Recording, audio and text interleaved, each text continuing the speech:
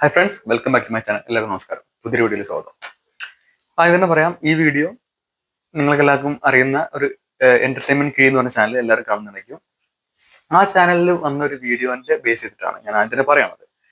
കാരണം അവര് എക്സ്ക്ലൂസീവായിട്ട് ചെയ്ത വീഡിയോ ആണ് നമ്മുടെ കമലഹാസൻ, രജനീകാന്ത്, മമ്മൂക്ക. അതിലൊരു പേര് കൺഫേം ആയിട്ട് എംപുരാനുണ്ട്. അവർക്ക് ഇവിടുന്ന് ഇൻഫർമേഷൻ കിട്ടിയതാണ്. അവരങ്ങനത്തെ ഒരുപാട് ഇൻഫർമേഷൻ കിട്ടുന്ന ഷെയർ ചെയ്യുന്ന ചാനലാണ്. നല്ല ചാനലാണ്, വളരെ നല്ല. അപ്പോൾ ആ ഒരു വീഡിയോ കണ്ടപ്പോൾ എനിക്ക് ജസ്റ്റ് ഒരു ഇങ്ങനത്തെ ഒരു അത് ബേസ് ചെയ്തിട്ട് ഒരു കണ്ടന്റ് ചെയ്യണമെന്ന് തോന്നിയിട്ട് ഞാൻ ചെയ്യാണ്. ഞാൻ അതിനെ പറഞ്ഞാണ്, നമ്മൾ കള്ളത്തിന് പറയേണ്ട ആവശ്യമില്ല.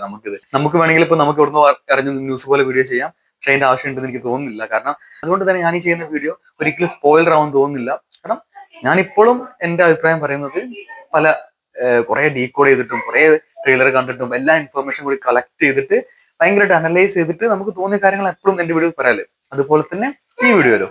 അപ്പൊ എനിക്ക് പറയാനുള്ള എന്താ വെച്ചാല്, മമ്മൂക്ക ഈ സിനിമയിൽ ഉണ്ടോ എന്ന് പറഞ്ഞുകൊണ്ട് ഞാൻ ഒരുപാട് വീഡിയോസ് ചെയ്തിട്ടുണ്ട്. അതിന്റെ കാരണം ഒരുപാട് കാരണങ്ങളൊക്കെ പോസിബിലിറ്റീസും അതിനുള്ള ഒരു എന്തുകൊണ്ട് എന്നൊക്കെ വെച്ചിട്ട് ഞാൻ അതിന്റെ ഡീറ്റെയിൽസ് ഒക്കെ പറഞ്ഞ് ഞാൻ വീഡിയോ ചെയ്തതാണ്.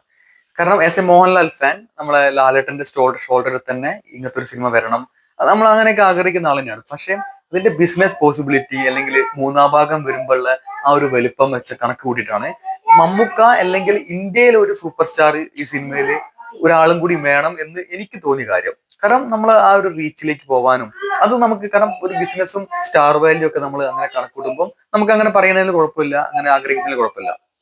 കാരണം പൃഥ്വിരാജിന്റെ ഭാഷ പറഞ്ഞാൽ എമ്പുരാനും ചെറിയ സിനിമയാണ്, മൂന്നാം ഭാഗമാണ് ഏറ്റവും വലിയ സിനിമ. സോ ഓൾറെഡി ഇതിൽ ഇന്റർനാഷണൽ ആക്ടേഴ്സ് നമ്മൾ കണ്ടതാണ്. സോ ഇന്റർനാഷണൽ ആക്ടേഴ്സിനെ വില്ലന്മാരുടെ ഭാഗത്തും ആയിട്ടാണ് കാണുന്നത്. സോ അപ്പൊ നമ്മൾ എബ്രാം ഖുറേഷിന്റെ സൈഡിൽ ഒരു വലിയൊരു ഇന്ത്യത്തെ സ്റ്റാർ വേണം, അങ്ങനെയൊക്കെ ഒരുപാട് ആംഗിൾ വെച്ചിട്ടാണ് ഞാൻ മമ്മൂക്കേനെ അടക്കമുള്ള എല്ലാവരും ഞാൻ വിചാരിക്കുന്നത് സിനിമയിൽ വേണം. ആ ചാനൽ അങ്ങനെ പറഞ്ഞ സ്ഥിതിക്ക് ഉറപ്പായിട്ടും ഈ മൂന്ന് പേരിൽ മമ്മൂക്ക, രജനീകാന്ത്, കമലഹാസൻ, അതിലൊരു പേര് ഒരാൾ എന്തായാലും അതിലുണ്ടാവും. അപ്പം അത് എനിക്ക് തോന്നിയ, നമ്മൾ ഓരോരുത്തരെ എടുത്തിട്ട് നമ്മൾ അതിന്റെ പോസിബിലിറ്റി ചെക്ക് ചെയ്യാനാണ് ഞാൻ ജസ്റ്റ് ഉദ്ദേശിക്കുന്നത് ഈ വീഡിയോയിൽ. അപ്പൊ ആദ്യം തന്നെ മമ്മൂക്കനെ പറയുകയാണെങ്കിൽ, മമ്മൂക്ക ഉണ്ട് എന്ന് പറയാനുള്ള കാരണം, ഒന്ന് ഒരുപാട് റൂമേഴ്സ് കേട്ടിരുന്നു. പിന്നെ മമ്മൂക്ക ടീസർ ലോഞ്ചിൽ ഇട്ട് വന്ന ഡ്രസ് കോഡ് കാര്യങ്ങള്, പിന്നെ ഈ ട്രെയിലറിൽ വന്ന ഒരു ഷോട്ടില് വന്ന ഒരു വൈറ്റ് ഹെലികോപ്റ്റർ, അങ്ങനെ ഒരുപാട് ഒരുപാട് സംഭവം നമ്മൾ കേട്ട റൂമറും കാര്യങ്ങളൊക്കെ തന്നെയാണ് മമ്മൂക്ക ഉണ്ടെന്ന് പറയാൻ കാരണം. പൃഥ്വിരാജും ലാലേട്ടനും അധിക ഇന്റർവ്യൂവിലും ഉറപ്പിച്ച് തറപ്പിച്ച് പറയുന്നുണ്ട് മമ്മൂക്ക ഈ സിനിമയിൽ ഇല്ല എന്ന്. അപ്പൊ അത് തന്നെയാണ് ഞാനിപ്പോ മമ്മൂക്ക ഉണ്ടാവാൻ ചാൻസ് ഇല്ല എന്ന് എനിക്ക് തോന്നാൻ കാരണം. പൃഥ്വിരാജും ലാലേട്ടനും അങ്ങനെ തന്നെ അവർ പറയുന്നു. അതായത് മമ്മൂക്ക ഉണ്ടെങ്കിൽ പറയുന്നതിന് കുഴപ്പമൊന്നുമില്ല, മമ്മൂക്ക ഈ സിനിമയിൽ ഇല്ല, ഈ സിനിമയുടെ ഭാഗമല്ല എന്നുള്ള അവർ പറയുന്നു. പിന്നെ ഒരു വീഡിയോ മമ്മൂക്ക ഉണ്ട് എന്ന് പറഞ്ഞിട്ട് നമ്മൾ കാണുന്നത് മല്ലിക സുകുമാരൻ പറയുന്നതാണ് പൃഥ്വിരാജ് രണ്ടുപേരും ഡയറക്ട് ചെയ്തതെന്ന്. പക്ഷെ ആ ഇന്റർവ്യൂ നിങ്ങൾ ഫുള്ള് കാണുകയാണെങ്കിൽ നമുക്ക് മനസ്സിലാവും അത് അങ്ങനെയല്ല. ആ ഇന്റർവ്യൂവിൽ പറയുന്നത് എന്താ വെച്ചാല്, മമ്മൂക്കനെ വെച്ച് ഞാൻ ഉടനെ ഒരു സിനിമ ചെയ്യും, ഞാൻ നോക്കുകയാണെന്ന് പൃഥ്വിരാജ് പറഞ്ഞതിനെ പറ്റിയൊക്കെ പറഞ്ഞിട്ട് അവസാനം ആ ഇന്റർവ്യൂ ഫുള്ള് കാണണം, മല്ലിക സുകുമാരൻ കൊടുത്ത ഇന്റർവ്യൂ. അപ്പൊ അതിൽ കറക്റ്റ് നമുക്ക് മനസ്സിലാവും. മല്ലിക സുകുമാരൻ ആദ്യം പറഞ്ഞത് പൃഥ്വിരാജ് ചെയ്യാൻ പോകുന്ന ഒരു കഥ ഉണ്ട്, അങ്ങനെയുള്ള കാര്യങ്ങളൊക്കെയാണ്. അപ്പൊ അവസാനം പറഞ്ഞു വന്നപ്പോൾ മേ ബി ഒരു ടങ് സ്ലിപ്പ് വന്നായിരിക്കാം ഇങ്ങനെ ഇങ്ങനെ പറഞ്ഞിട്ടുണ്ടെങ്കിൽ. പിന്നെ രജനീകാന്ത് ഈ സിനിമയിൽ ഉണ്ടോ ഇല്ല എന്നുള്ളതിന് എനിക്കൊരു ഒരു ആൻസർ പറയാനുള്ളത് വെച്ചാല്, രജനീകാന്ത് ട്രെയിലർ ആദ്യമായിട്ട് കണ്ടതെന്നൊക്കെ നമ്മൾ പൃഥ്വിരാജിനെ ഷെയർ ചെയ്ത കാര്യമാണ്. രജനീകാന്ത് ഇല്ല എന്ന് ഞാൻ പറയാൻ കുറച്ച് കാര്യങ്ങളുണ്ട്.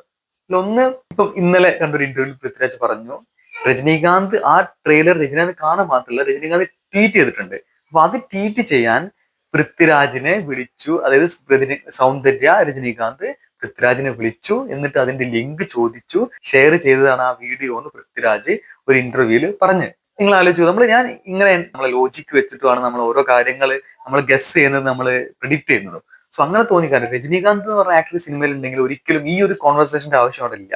പൃഥ്വിരാജ് രജനീകാന്തിനെ ആ വീഡിയോ കാണിച്ചു. അതിനുശേഷം പൃഥ്വിരാജിന് അങ്ങോട്ട് രജനീകാന്തിന്റെ മകള് വിളിച്ച് ചോദിക്കുകയാണ്, അച്ഛന് ഇങ്ങനെ ഇത് ഷെയർ ചെയ്യാൻ താല്പര്യമുണ്ട്, ആ ലിങ്ക് ഒന്ന് തരുമോ എന്ന്. അപ്പം സിനിമയിൽ ഓൾറെഡി ഉള്ള ഒരാളാണെങ്കിൽ ആ ഒരു കോൺവെർസേഷന്റെ ആവശ്യം അവിടെ ഇല്ലാതാണ് എനിക്ക് ഒരു കോമൺ സെൻസ് വെച്ച് മനസ്സിലായത്. അപ്പൊ രജനീകാന്ത് ആവാൻ ചാൻസ്. ഇതിന് വേറെ റീസൺ ഉണ്ട്, ഞാനത് പറയാൻ പറ്റുമോ അറിയില്ല, എന്നാലും പറയാണ്. കാരണം പൃഥ്വിരാജ് പറഞ്ഞ ഒരു ഡയറക്ടർക്ക്, ഞാൻ രജനീകാന്തിനെ മോശമാക്കി പറയില്ല, പക്ഷെ നല്ല ആക്ടിങ് ടാലന്റ് ഉള്ള ലാലേട്ടനെ പോലത്തെ, അതായത് എക്സ്പ്രഷനൊക്കെ മുഖത്ത് ഇങ്ങനെ വാരി വിതറുന്ന, അങ്ങനെ തന്നെ പറയാണ്, അങ്ങനത്തെ ഒരാളെ ഒക്കെ ആയിരിക്കും പൃഥ്വിരാജ് ഒരു എന്താ പറയാ, ഒരു ഡയറക്ട് ചെയ്യാൻ താല്പര്യപ്പെടുന്നതും ഇഷ്ടവും. ഈ ഒരു ക്യാരക്ടറിന് മേ ബി രജനീകാന്ത് പറഞ്ഞ ആക്ടർ സ്യൂട്ട് ആകുമെന്ന് എനിക്ക് തോന്നുന്നില്ല. അങ്ങനെ വെച്ച് നോക്കുമ്പോൾ അദ്ദേഹത്തിന്റെ സ്റ്റാർഡം സൂട്ട് ആവും എന്തായാലും, രജനീകാന്ത് പറഞ്ഞ ആക്ടർ അതിന് സൂട്ട് ആവുമെന്ന് എനിക്ക് ഡൗട്ട് ഉണ്ട്.